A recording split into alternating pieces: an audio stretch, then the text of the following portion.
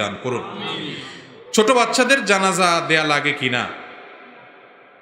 ছোট বাচ্চাদেরও জানাজা দিতে হয়।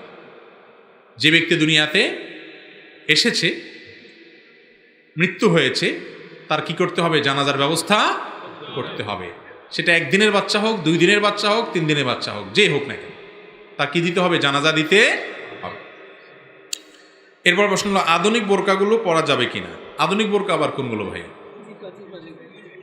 আচ্ছা, আধুনিক বোরকা মানে হলো অনেক বেশি টাইট ফিট বোরকা অনেকে পরেন, আমাদের অনেক বোনরা পরেন। আবার অনেক বোনরা অনেক বেশি চাকচিক্যপূর্ণ বোরকা পরেন। এই আপনাদের এই নোয়াখালী লক্ষ্মীপুর এলাকাতে একটু বেশি, বিশেষ করে প্রবাসে লোক বেশি থাকে, তো এই জন্য ওই বিদেশ থেকে চাকচিক্যপূর্ণ বোরকাগুলো নিয়ে আসে। ভাই, বোরকার উদ্দেশ্য কি? বোরকার উদ্দেশ্য হলো একজন নারীকে আল্লাহ তাআলা সুন্দর করে, কোমল করে সৃষ্টি করার কারণে তার দিকে কোনো বাজে পুরুষ যাতে বাজে নজরে দেখতে না পারে, এই জন্য তার সৌন্দর্যকে ঢেকে রাখার জন্য হলো বোরকা। সেই বোরকাটা যদি এত চাকচিক্যপূর্ণ হয়, এত জাঁকজমকপূর্ণ হয়, এত সুন্দর হয়, এত টাইট ফিট হয় যে তার শরীরের বিভিন্ন অঙ্গ প্রত্যঙ্গ ফুটে ওঠে, আল্লাহ মাফ করুক, তাহলে সেই বোরকাটা তো নিজেই আবার ওই সৌন্দর্যের মধ্যেকার মানুষকে ডাকতেছে, সেই সৌন্দর্য দেখার জন্য মানুষকে আকৃষ্ট করতেছে। তাহলে সেই বোরকার উপরে বরং আরেকটা বোরকা লাগবে। বুঝেন নাই কথা? যেই বোরকা অনেক বেশি চাকচিক্যপূর্ণ, জাঁকজমকপূর্ণ, ওইটার উপরে আবার আরেকটা কি লাগবে? বোরকা লাগবে। কারণ বোরকার কাজই হলো, আল্লাহ বলেছেন ওয়ালা ইউবদিনা যিনাতাহুন্না, নারীরা তাদের সৌন্দর্যকে যার কাছে, বাজারের লোকের কাছে, রাস্তার লোকের কাছে প্রকাশ করে বেড়াবে না। মুসলমান নারী সম্ভ্রান্ত, তার ইজ্জত সম্মান আছে, এটা খোলা কলার মতো না। মাসি বসবে, যে কেউ দেখে তাকে নিয়ে বাজে চিন্তা করবে। সম্ভ্রান্ত নারী নিজেকে ঢেকে ঢুকে রাখবে, তার পরিবারের লোকদের সামনে তিনি শুধুমাত্র স্বাভাবিক হবেন, আর বাইরের লোকেরা তাকে নিয়ে বাজে চিন্তা করবে, কল্পনা করে তিনি করতে দিবেন না। এটা তার ইজ্জতে বাঁধবে, তাকে নিয়ে মনে মনে জেনা করবে, এটা তার সম্মানে বাঁধবে। এর নাম মুসলমানরাকে নারী, তাকে বোরকা করতে বলা হয়েছে, পর্দা করতে বলা হয়েছে। সেই পর্দা যদি এরকম টেডি মার্কা পর্দা হয়, তাহলে তার উপরে আরেকটা কি লাগবে? পর্দা লাগবে। আমাদের কিছু বোনরা আছেন, নতুন হয়তো পর্দায় আসেন, নতুন দিনের পথে আসেন, তারা হয়তো প্রথমে এটা দিয়ে শুরু করেন, তাদেরকে আমরা অ্যাপ্রিসিয়েট করি, ওয়েলকাম করি। আস্তে আস্তে তারা ইনশাআল্লাহ পরিপূর্ণ পর্দা যাবেন সে আশা করি। কিন্তু আমাদের যে সমস্ত ভাইয়েরা নিজেদের মা বোনের জন্য, স্ত্রীর জন্য বোরকা কিনেন, আপনারা এই বোরকাতে হাতে আপনার কাজ আছে কিনা, বুকে কাজ আছে কিনা, এবং কালারফুল কিনা, জাকজমক কিনা, আবার অনেক সময় ঢোলা তো দূরের কথা, উল্টা টাইট দেখে কিনেন, এটা কখনো বোরকার উদ্দেশ্য পূরণ করে না। বোরকা পরা আর না পরা বেশিরভাগ ক্ষেত্রেই সমান। কথা বুঝাতে পারছি? গুনাহ হবে, মনে রাখবেন। দায়ুস কারে বলে জানেন? দায়ুস কে? দায়ুস সারা জীবন শুনে আসছেন, মহিলাদেরকে দায়ুস বলে, পুরুষরা হলো দায়ুস। আর দায়ুস আল্লাযী ইউকিররু ফি আহলিহি আল খাবাস। নবীজি বলেছেন, দায়ুস হলো ওই পুরুষ, ওই লোক, যেই লোক তার পরিবারের অশ্লীলতা, বেহায়াপনা, বেপরদা এগুলোকে সাপোর্ট করে যায়। আপনি নিজে এসব বোরকা কিনে দিবেন, আপনি দায়ুস হবেন। আর হাদিসে আসছে দায়ুস লা ইয়াদখুলুল জান্নাহ, দায়ুস জান্নাতে যাবে না। এই জন্য এই সমস্ত টেডি মার্কা বোরকা ছাড়বো তো ইনশাআল্লাহ। পর্দা করার মতো বোরকা পরবো, টেডি মার্কা বোরকা পরবো না। এবং আমাদের এই বৃহত্তর নোয়াখালী অঞ্চলের মানুষ ধার্মিক, সবচেয়ে বেশি দিনদার, সবচেয়ে বেশি আলেম ওলামা এই সমস্ত এলাকাতে, কিন্তু সে এলাকাগুলোতে আজ টেডি বোরকাতে ভরে গেছে। আমরা এগুলার বিরুদ্ধে ইনশাআল্লাহ কাজ করতে হবে, করবো তো ইনশাআল্লাহ। ক্লাসে ছাত্রছাত্রীদের সামনে শিক্ষক যখন আলেম ওলামাদের নামে মিথ্যা অপবাদ দিবে বা সমালোচনা করবে, তখন ছাত্রছাত্রীদের করণীয় কি? শিক্ষক হোক আর যেই হোক, কেউ যদি অন্যায় কথা বলে, আলেম ওলামাদেরকে গালিগালাজ করে, মন্দ কথা বলে, যদি সামর্থ্য থাকে, সুযোগ থাকে, বিনয়ের সাথে, ভদ্রতার সাথে, শিক্ষক যেহেতু গুরুজন, তার সামনে সুন্দর ভাষায় প্রতিবাদ করবেন। আর যদি প্রতিবাদ করতে গিয়ে সেখানে ঝামেলার তৈরি হয়, উল্টে আরো বিপদ হয়, তাহলে মনে মনে তার সে নিন্দা কাজকে ঘৃণা জানাবেন। এটা ইমানের সবচেয়ে দুর্বলতম স্তর। শিক্ষক উল্টাপাল্টা বললে কি সেটা মানতে হবে? এমনকি কোনো হুজুরও যদি উল্টাপাল্টা বলে, আমি এখান থেকে কিছু উল্টাপাল্টা বলি, সেটা আপনি কি মানবেন? মানতে হবে আপনার। আমরা মুসলমান, কাউকে অন্ধভাবে মানবো না। কোরআন হাদিসের ভিতরে ভালো কথা যতক্ষণ বলবে তাকে মানবো, সে আমার পক্ষের হোক বিপক্ষের হোক। আর উল্টাপাল্টা কথা যে বলবে, সে আমার বাপ হলেও মানবো না, শিক্ষক হলেও মানবো না। তবে বেয়াদবি করবো না, যাকে যেভাবে সম্ভব সেভাবে বুঝাবো, না হলে নিজের ইমান নিজে বাঁচাবো। কথা কি বুঝাতে পারছেন? আল্লাহ আমাদের বুঝার তৌফিক দান করুন। আমি একজন জেনারেল ছাত্র, আল্লাহর রহমতে হেদায়েতের পরশ আমার অন্তরে লেগেছে। জীবনের এতটা পথ পাড়ি দেওয়ার পর এখন বুঝছি জীবনের আসল উদ্দেশ্য। কিন্তু জেনারেল ছাত্র হওয়ার কারণে না শিখেছি সহিশুদ্ধভাবে কোরআন তেলাওয়াত, না জেনেছি রসুলের সিরাত, না জেনেছি ইসলামের ইতিহাস। অন্যদিকে বর্তমানে স্কুল কলেজগুলোতে ছেলে মেয়ের ফ্রি মিক্সিং, পর্দার খেলা, প্রবাদ মেলামেশার জন্য আমার নজরকে হেফাজত করা সম্ভব নয়। আমার আর জেনারেল করতে ইচ্ছা করে না, এখন করণীয় কি? প্রথম কথা হলো ভাই, এটা অত্যন্ত অত্যন্ত ভালো লাগার মতো একটা কথা যে আমার একজন ভাই তরুণ বয়সে আল্লাহকে চিনে গেছেন, আল্লাহর পরিচয় পেয়ে গেছেন, রাসূল সাল্লাল্লাহু আলাইহি সাল্লামের আদর্শের সন্ধান পেয়ে গেছেন, জান্নাতের পথের খোঁজ পেয়ে গেছেন। এর চেয়ে সৌভাগ্যবান তরুণ আর হতে পারে না। ও তরুণ ভাই আমার, একটু আল্লাহর দিকে আসুন, একটু কোরআনের পথে আসুন, একটু হাদিসের ছায়ায় আসুন, একটু সিরাতের নববীর সাথে পরিচিত হন। আমি শপথ করে বলতে পারি, দায়িত্ব নিয়ে বলতে পারি, আপনি আপনার স্বেচ্ছাচারিতার যে জীবন যাপন করছেন, আপনি আল্লাহর অবাধ্যতার যে জীবন যাপন করছেন, বন্ধু বান্ধবের সাথে যা খুশি তা করে বেড়াচ্ছেন, এই জীবনের চাইতে অবশ্যই আপনার এই পরিবর্তিত জীবন আল্লাহর পথে আসা জীবনকে অনেক বেশি এনজয় করবে, অনেক বেশি তৃপ্তি আপনার মনে এনে দিবে। মনে রাখবেন, দুনিয়ার ভোগ এগুলো সবগুলো ধোকার বস্তু। দেখতে মনে হয় অনেক সুখ, ওইটা হাতে পেয়ে গেলে, ভোগ করে ফেললে তখন বুঝে আসলে তেমন কিছুই না, অশান্তি। প্রকৃত শান্তি শুধুমাত্র আল্লাহর আনুগত্যে, আল্লাহর গোলামিতে, আল্লাহর কাছে আত্মসমর্পণের মধ্যে। একজন প্রথম সারির শিল্পপতি তিনি আমার পরিচিত একজন আলেমকে বলছিলেন যে ভাই, আমি ওই জীবনও পার করে আসছি, এই জীবনও পার করে আসছি। তার মানে বলেন যে তার মানে হলো আমি গরিবের সন্তান ছিলাম, না খেয়েও জীবন কাটাইছি, আর বিলিয়ন বিলিয়ন কামানোর পরে এখন লাক্সারিয়াস জীবনযাপন করছি। বিশ্বাস করেন, কোনোটাতেই শান্তি নাই। শান্তি থাকে তখনই যখন আল্লাহর সাথে একটা বান্দার কানেকশনটা থাকে, বোঝাপড়াটা থাকে। তো আমার এই যুবক ভাই দিনের পথে এসেছেন, আল্লাহর পরিচয় পেয়েছেন, আমি আপনাকে সাধুবাদ জানাই। এরকম যুবক পেলে আমার মনে চায় একটু কপালে চুমো দেই। সৌভাগ্যবানেরা, এরা আল্লাহর পথে এসেছে, প্রকৃত মুসলমান হয়েছে, নামমাত্র মুসলমান থাকে নাই। মুসলমান বাই চান্স না, সে এখন মুসলমান বাই চয়েস হয়ে গেছে, আলহামদুলিল্লাহ। আল্লাহ তাআলা আমাদের ভাইদেরকে দিনের উপরে, ইমানের উপরে অটল অবিচল থাকার তৌফিক দান করুন। যারা কলেজ ইউনিভার্সিটিতে পড়েন, চোখের হেফাজত করাটা অনেক কঠিন হয়ে গেছে ভাই। এই সমাজটা এমনভাবে শয়তান সাজিয়ে দিচ্ছে আমাদেরকে যে কোনো দিকে যে আপনি ইমান রাখতে পারবেন না। গান, বাদ্য, হারাম মিউজিক, ফ্রি মিক্সিং এবং চোখের গুনার জন্য সকল ব্যবস্থা করা আছে। নিজের সঙ্গে লড়াই করতে হবে। কি করতে হবে ভাই? লড়াই করতে হবে, সংগ্রাম করতে হবে, নজরকে হেফাজত করতে হবে, আল্লাহর কাছে হাত তুলে চোখের পানি ছেড়ে দিয়ে আল্লাহর কাছে সুপর্দ করতে হবে, মালিক তুমি না বাঁচাইলে এই ভয়াবহ ফিতনার এই জোয়ারে আমি বাঁচতে পারবো না, ডুবে যাব। আল্লাহর কাছে দোয়া করতে হবে। এবং ভালো ভালো বন্ধু যারা হারাম থেকে বাঁচার জন্য লড়াই করে, সংগ্রাম করে নিজের সঙ্গে, সেই বন্ধুদের সাথে সান্নিধ্য নিয়ে, তাদের সাহচর্য নিয়ে সার্কেল গড়ে তুলতে হবে। দিনই সার্কেলের মধ্যে থাকলে, বন্ধু বান্ধবের মধ্যে যারা মুত্তাকি পরহেজগার, খুঁজে খুঁজে বের করে তাদেরকে যদি আপনি তাদের সাথে যুক্ত হন, ইনশাআল্লাহ দেখবেন আপনার ইমানের উপরে টিকে থাকাটা সহজ হবে। আল্লাহ তাআলা আমাদেরকে তৌফিক দান করুন। মসজিদে চেয়ারে বসে নামাজ আদায় করা যাবে কি না? চেয়ারে বসে নামাজ আদায়ের প্রশ্ন সব জায়গায় মানুষ করে, ফিল্টার করে একই প্রশ্ন 10 জনে করে, তাও একটা রাখতেই হয়। ভাই, যে ব্যক্তি দাঁড়ায় নামাজ পড়তে পারে তার জন্য বসে নামাজ পড়া জায়েজ নাই, ফরজ নামাজ। যে ব্যক্তি ফরজ নামাজ দাঁড়ায় পড়তে পারে তার জন্য বসে পড়া কি নাই? জায়েজ নাই। যে ব্যক্তি দাঁড়ায় পড়তে পারে না, অথবা দাঁড়ানোটা পারে কিন্তু রুকু সিজদাটা পারে না, পিঠ ভাঙতে পারে না, কোমরে এত ব্যথা যে রুকু সিজদা করতে গেলে চিৎকার আসবে, ডাক আসবে, এত ব্যথা, অথবা ব্যথার চোটে সে আপনার অনেক বেশি কষ্ট পাবে যে তার সহ্য করার মতো না, অথবা ডাক্তার, একজন অভিজ্ঞ ডাক্তার যিনি আবার মুসলমান, দিনদার, নামাজি, নামাজের গুরুত্ব বুঝে, 5 ওয়াক্ত নামাজ, ফরজ নামাজ কিটা বুঝে, সেই রকম অভিজ্ঞ কোনো ডাক্তার যদি বলে যে মুরব্বী বা ভাই, আপনি নিয়মিত এভাবে মাজা ভাঙলে আপনার এই রোগটা বড় হতে পারে, বাড়তে পারে, সেজন্য আপনি ইশারা নামাজ পড়বেন, এরকম কোনো ডাক্তার যদি পরামর্শ দেয়, অভিজ্ঞ এবং দিনদার, তাহলে সেই ব্যক্তি চেয়ারে বসে ইশারা নামাজ পড়তে পারবে। অর্থাৎ দাঁড়ানোটা দাঁড়ায় পড়বে, বসার সময় কি করবে? হালকা একটু রুকু সিজদার নিয়তে করবে। আর যদি দাঁড়ানো থেকে বসাও, উঠা বসাটাও কষ্ট হয়, তাহলে পুরোটাই সে চেয়ারে বসে পড়তে পারবে। কিন্তু আমাদের দেশে আজকাল একটু কোমর ব্যথা শুরু হলে চেয়ারে বসে নামাজ পড়া শুরু হয়। একটু শরীরটা খারাপ লাগতেছে, একটু ওনার একটু ভালো লাগতেছে না, উনি চেয়ারে বসে নামাজ শুরু করে দিলেন। এরকম একটা ভাবসাব চলে আসছে না? অনেক লোক আছে যে এটা একটা ভাবের ব্যাপার স্যাপার হয়ে গেছে, আল্লাহ মাফ করুক, যে উনি সারা দুনিয়া দাবড়ায় বেড়াচ্ছেন, হ্যাঁ, সারা দুনিয়া সব ভাঙি চুরি সে ফেলতেছে, মাশাআল্লাহ মসজিদে আসলে চেয়ার টেনে নামাজ বসে যায়। এরকম লোক আছে না নাই? এত চেয়ার মসজিদে, এখন আমি সব জায়গায় এই কথা বলি, মসজিদ না RFL এর দোকান বোঝা কঠিন, এত চেয়ার মসজিদ। এরকম জায়েজ নাই ভাইরে। আহকামুল হাকিমিন রব্বুল আলামিনের দরবারে সেজদা করতে পারা কপালের ব্যাপার, কপালের ব্যাপার ভাই। যে মন খুলে একটু সেজদা করতে পারে না সে জানে কত কষ্টে।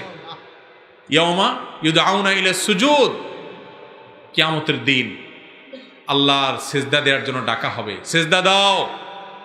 তখন সেজদা দিতে সবাই চাইবে। দুনিয়াতে যারা মালিককে সেজদা দিতে চায় নাই, মাথা নত করতে চায় নাই, সেজদা দেয় নাই, তারা দিতে চাইবে কিন্তু পারবে না। ফালা ইস্তাতিউন, তারা পারবে না।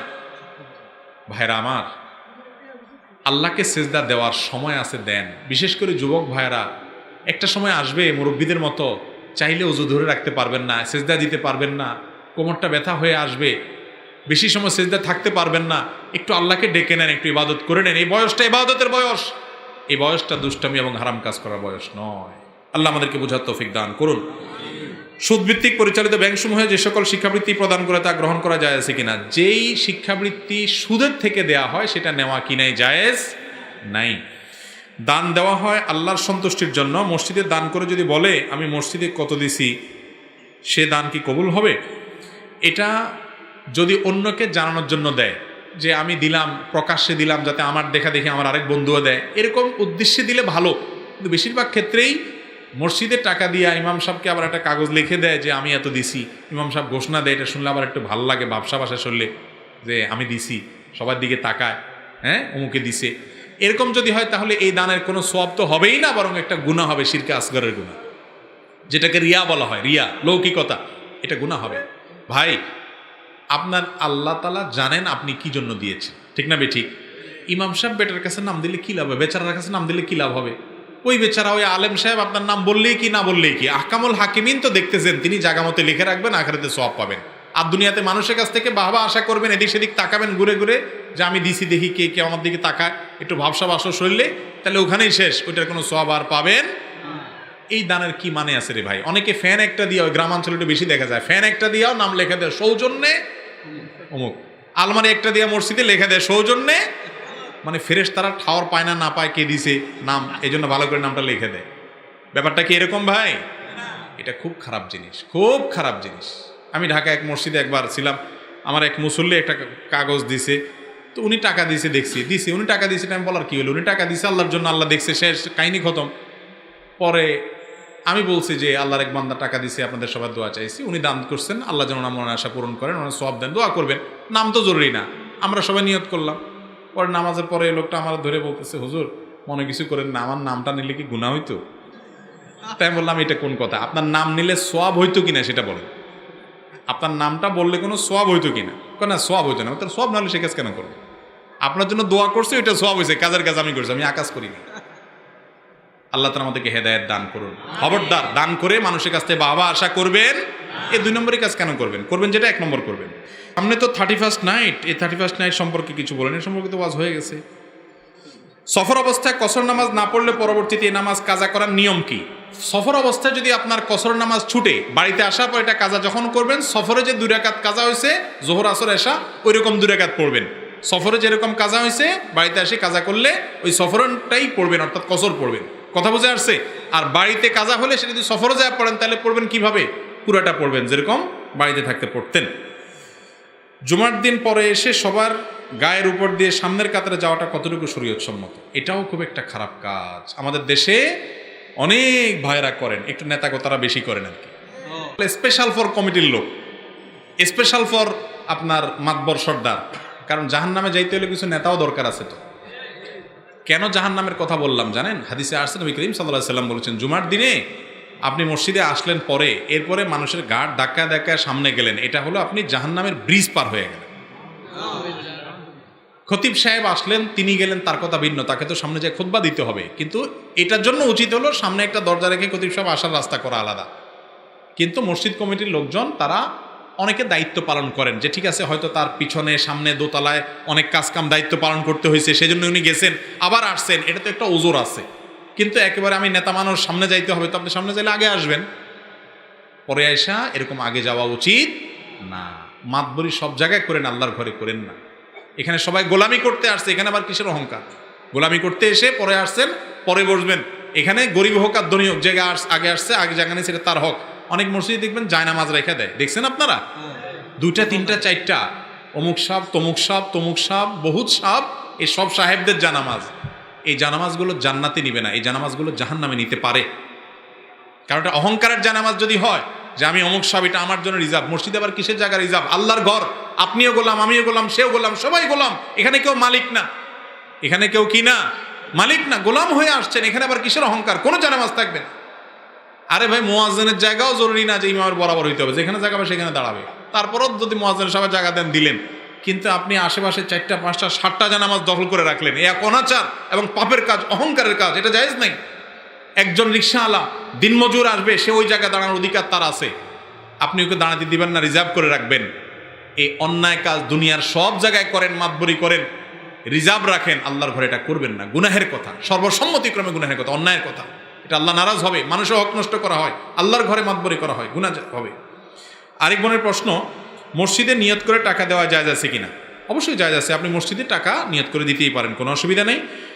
রাতে স্বপ্নদোষ হলে ফজরের নামাজের আগে নিজেকে নাপাক মুক্ত করতে হলে শরীরে কতটুকু অংশ ধৌত করতে হবে? গোসল ফরজ হওয়ার জন্য তো পুরো শরীর ধুইতে হবে, নাপাক আগে ধুয়ে ফেলতে হবে, পুরো শরীর কি করতে হবে? ধুয়ে ফেলতে হবে, তারপরে মানুষ পাক হবে। একজন বড় প্রশ্ন করেছেন, কোন ধরনের পোশাক পরে নামাজ পড়লে নামাজ হবে না? যেই পোশাক পরলে শরীর দেখা যায় ওই পোশাক পরলে মহিলাদের নামাজ হবে না।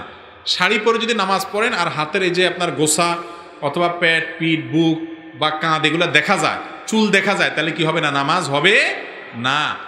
আপনি শাড়ি পরেন আর যাই পরেন, উপর দিয়ে আরেকটা ওড়না পরেন বা যাই পরেন, মাথা থেকে পা পর্যন্ত শুধু মুখমণ্ডল, 2 হাতের কবজি ছাড়া আর পায়ের পাতা ছাড়া, নিচের অংশ ছাড়া সব কি করবেন? ঢাকতে হবে। এমনকি চুলও হালকা একটু দেখা গেছে 1 সেকেন্ডের জন্য ভিন্ন কথা, হয়তো সরে গেছে, সাথে সরে দিলেন, কিন্তু পুরো নামাজ জুড়ে আপনার এই হাতের এই যে অংশগুলো এগুলো যদি খোলা থাকে নামাজ হবে না। আমাদের অনেক মা বোনরা আছে, বিশেষ করে গ্রামে, এখনও ওই শুধু শাড়ি পরে এমনভাবে নামাজ পড়ে যে তার শরীরের বিভিন্ন অংশ দেখা যায়। মহিলার নামাজের জন্য সতর হলো পুরো শরীর তাকে ঢাকতে হবে। কথা বুঝাতে পারছি? পুরুষরা মহিলাদেরকে শিখাই দিবেন। এবং আজকাল নামাজের ওড়না পাওয়া যায়, এক ওড়নায় শুধু মুখটা খোলা থাকবে, একদম পুরোটা ঢেকে যাবে, নামাজ শেষ, আবার ওড়নাটা করে রেখে দেন, খুব ইজি হয়ে গেছে আলহামদুলিল্লাহ।